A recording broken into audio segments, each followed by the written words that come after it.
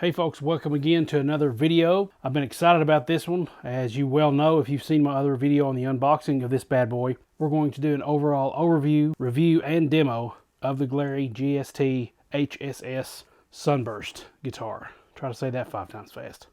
Stay tuned.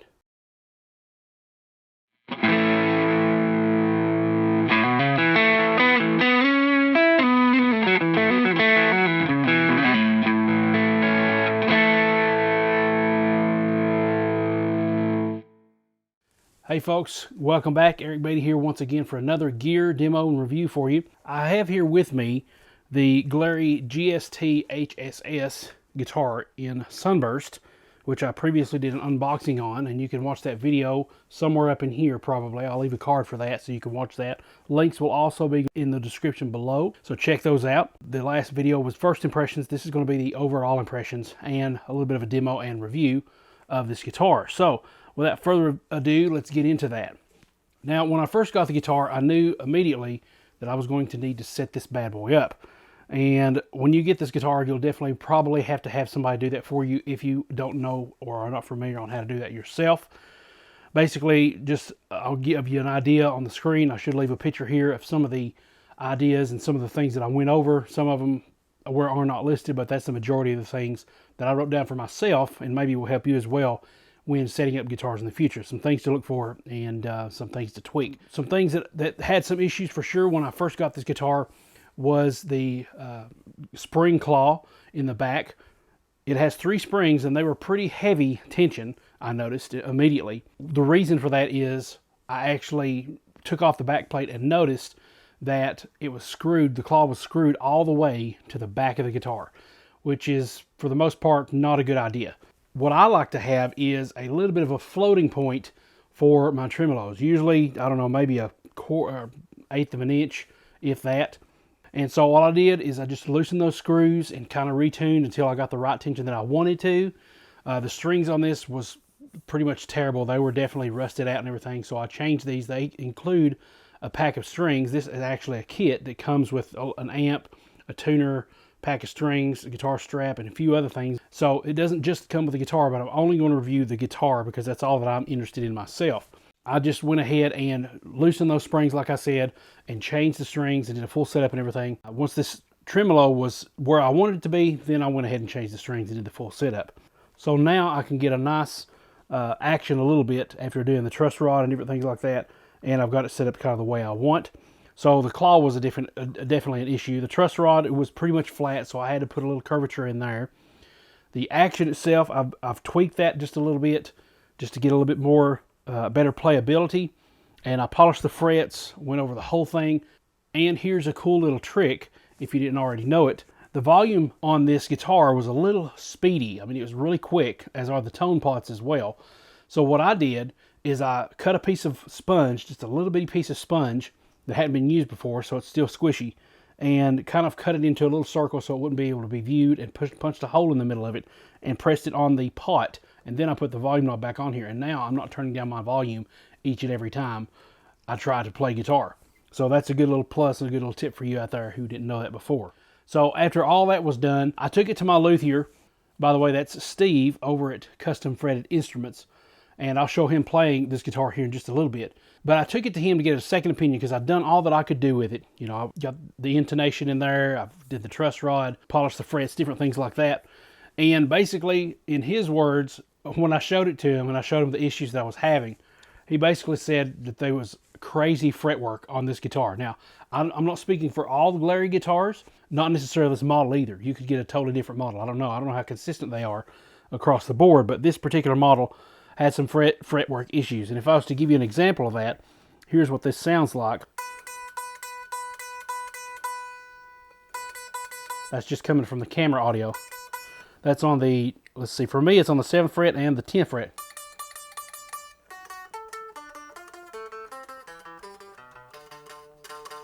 Especially on that low E string and the high E string is really, and the B string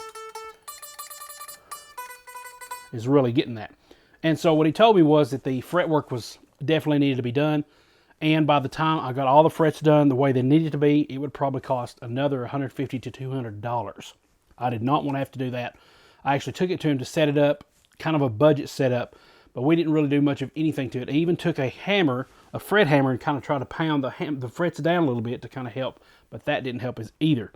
So I decided not to do any kind of, setup or anything from him, but I got some tips from him. And we found out also that the nut is pretty high in the action on the back. It's not too bad, but it's still, when I played, after playing a more high dollar guitar that I own, and then going to this one and then trying to play a C chord, it was almost as if the strings felt pretty high. It's not a deal breaker, but it definitely felt a little foreign compared to what I'm used to. The other thing that I noticed was that the E strings here there's a little less of a gap, if you want to call it a gap, to the edge of the fretboard than there is on the high E string. And I asked him about that as well. He said that a lot, you could be nitpicky about a lot of things, but that isn't something really to worry too much about. And I told him I didn't really feel it when I was playing, so I wasn't too worried about trying to fix that.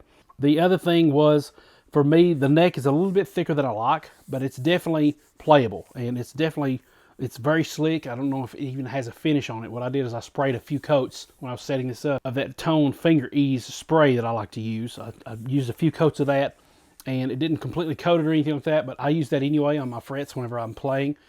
After about 2 or 3 times playing, I need to spray a new coat to kind of slicken that down a little bit more, so that helped out a lot, and it doesn't do any harm to your maple fretboard, so I don't have to worry about that. The string trees too, he said, were a little, on the cheap side. Of course, in a guitar at this price range, it's going to be a little bit cheap in the components. I do, however, like the way the saddles look. They have this kind of curve to them, and I mentioned that in the unboxing video. They have a nice little curvature to them, and there's really no sharp ends on this, no sharp edges from the action screws that I can find. This is a 6-point, 6-screw tremolo. Okay, so the other issue that I had was the whammy bar here does vibrate quite a bit, and you can only get it back so far. And when you loosen it, you're going to get noise unless you put some plumber's putty or something like that on there. I decided not to do that because I'd already put like 3.5 hours of work into this guitar myself, and I decided not to worry about that. Those are some of the issues that I found. The tuning keys are decent. I won't say they don't hold tune, because I don't know if that's a tuning key issue or if the strings binding in the nut. I'm not sure if that's the issue with the guitar itself. But the intonation, due to the frets and things like that, the intonation is not spot on everywhere on the neck. And like I said, up here at the nut, things are a little sharper than they would be down here because of the nut not being cut exactly as low as it needs to be. And by the time I replace the nut, if you don't address the fret issues that happen with this guitar, you're really wasting your time. The frets have to be addressed on the guitar. So, that being said, what do I think of this guitar? Who's it for? Well, first, let's see what Steve sounds like when he plays the guitar. Let's listen to Steve playing the guitar right now.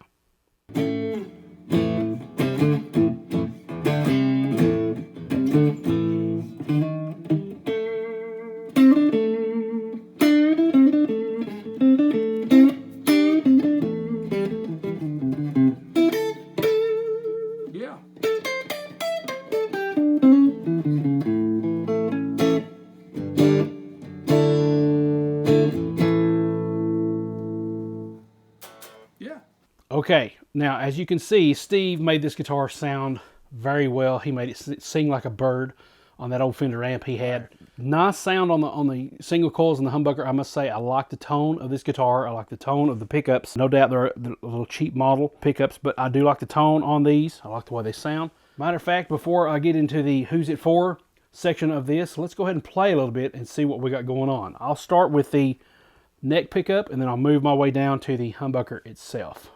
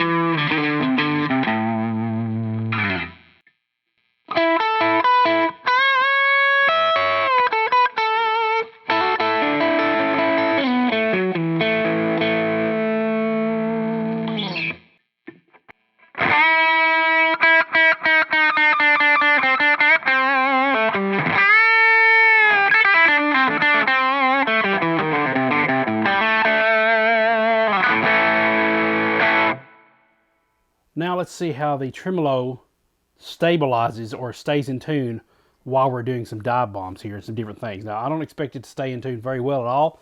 We're going to see what happens.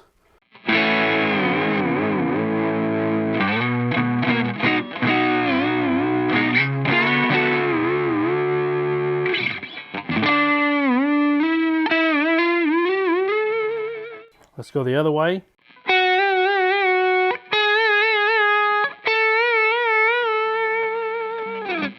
Let's do a little vibrato using that pull up. Now, because this has that amount of looseness in it, when you pull up, there's a little bit of a slack before you actually hit the point where you're actually pulling. I do not like that.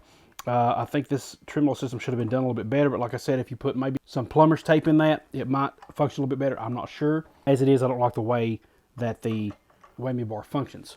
Now, in this section, let's talk about the tone knobs and the volume roll-off, okay? So, we're back on the neck pickup. I'll roll the volume off a little bit.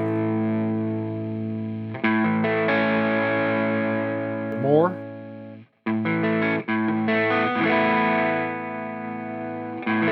Actually, listening to that now, I haven't tuned the guitar. It's actually done very well with those dive bombs.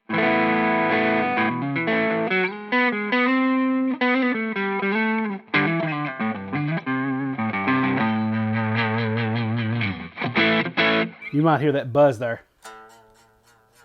It might be masked in the playing, in the distortion, I'm not sure. But I know that that you can't really mask that when you're playing it. But let's go for the tone knob.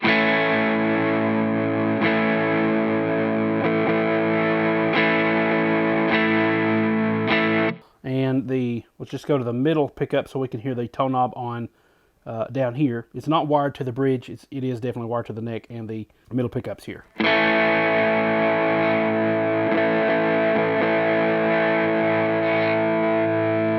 Now for me, the sound that I'm getting is that it's either all or nothing. When you get down to almost the very end of the tone knob is basically when it engages. And there's really nothing in between when you're using the rest of the tone knob. Now for the volume,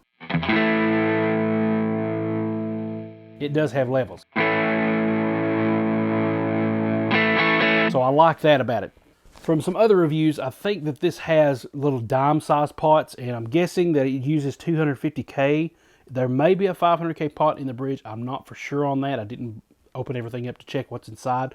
I will leave some other videos here of other people using this kind of guitar and kind of breaking them down and kind of seeing what all the components are, as well as one video in particular from a guy called Phillip McKnight, I think it is, Phillip Knight or Phillip McKnight. He does a video on this guitar, on one of these guitars, one of the Glarry guitars, and he actually takes it and mods it even further. Which brings me to the last section here, which is, given all these little issues that I ran into, who is this guitar really for?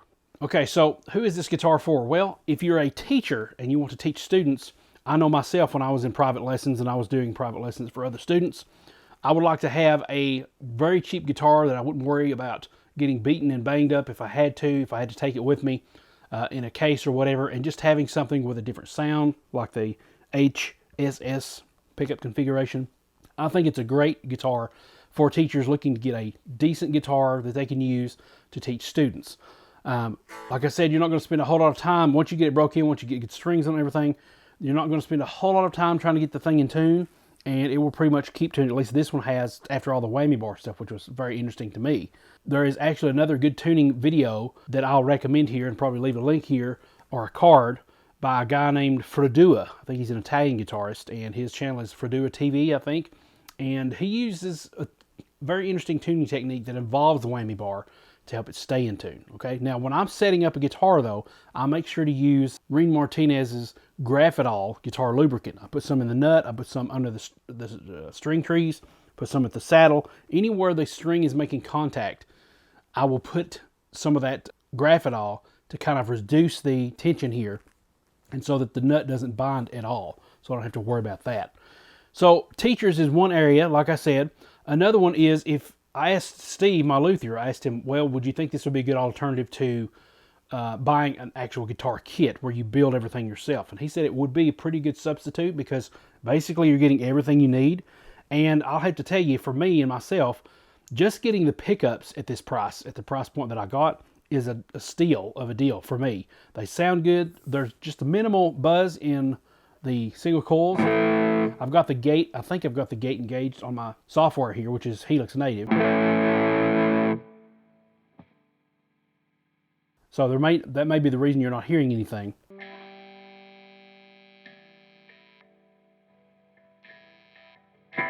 There's a little bit of hiss and a little bit, but it's not very bad once you use a noise gate. So that's a cool thing. There's not a lot of noise in these pickups.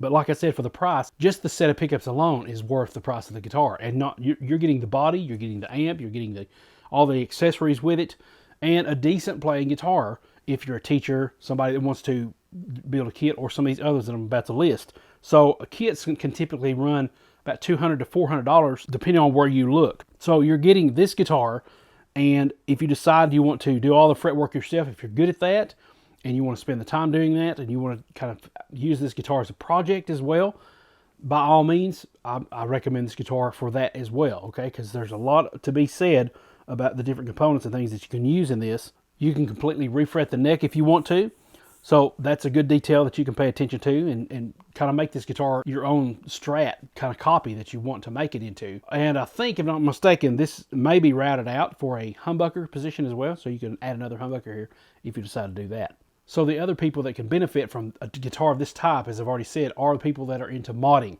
You can switch the pickups out. You can switch the neck. Maybe you want a nice high quality Warmoth neck, or cheap Fender copy neck, or something like that. If you want to add tuning keys that are locking instead of these non-locking ones. If you want to completely redo the finish on the guitar, to put a different bridge on here so that the trim doesn't rattle, the whammy bar doesn't rattle. Put my nice quality pots in here. If you want to mod a guitar, this is a good one to buy for that reason as well. And I will say, this also is a guitar for beginners, but with a caveat up to a point. And what I mean by that is, yes, you're going to have some of that buzz on some of these probably. I'm not sure exactly how consistent these are across the board, but if you have some of that buzz and everything, a beginner will tolerate some of that up to a point. If they're just learning their chords, this is not going to be a difficult guitar to learn on. Like I said, the nut's a little bit high, but it's not like classical guitar or even acoustic guitar high. It's decent to learn your chords on. To me, it feels like the neck's a little bit wide, which is a good thing for beginners, in my opinion, because you can get your fingers out of the way of the other strings. So that's good. It's not too narrow. Has a good tone. Like I said, different pickups. And at the very end, you've got this screaming high output bridge pickup that you can use if you want to do that. It is quite a bit louder than the other two coils, so you might want to actually lower it from the distance of the strings. I actually lowered mine quite a bit, and it's still putting out the juice. So I may have to even lower a little bit more, I'm not exactly sure.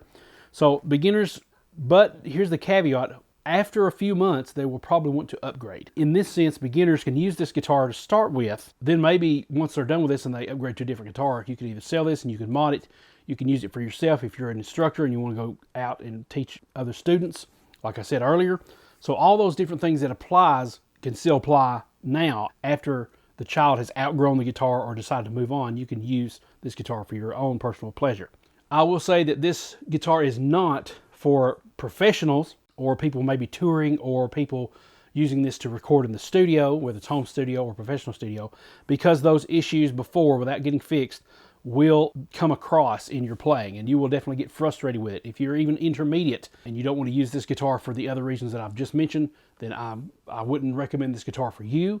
But if you are one of the other individuals that I have mentioned in this video, then definitely this is worth checking out, this Glarry GST HSS guitar. Now, it comes in Sunburst, also comes in a blue and black Sunburst, which I think is very nice. My opinion, what's my review? I think I would probably give this guitar a 4 out of 5 stars. Because of all the issues I mentioned, there is a setup involved that you really need to do.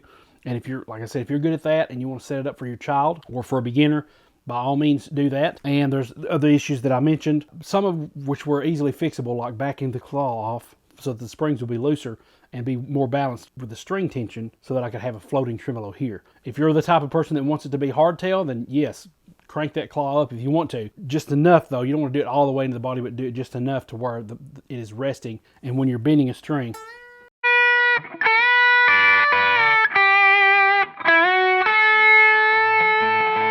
string doesn't go out of tune like that. That may be something that you want to consider.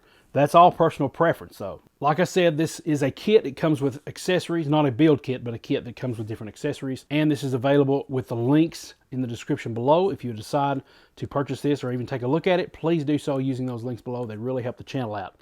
Thanks so much for watching this video. I appreciate it. Also, a special thanks to Glarry Guitars for sending this by. I really appreciate it. I hope you check out these other videos that I have available for you right after this. Until next time, God bless and keep creating.